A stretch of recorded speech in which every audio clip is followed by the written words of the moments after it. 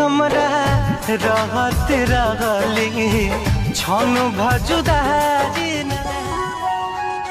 जहाँ दूसरी पर ही हम फिदा हो कल है दुनिया से हो विदा।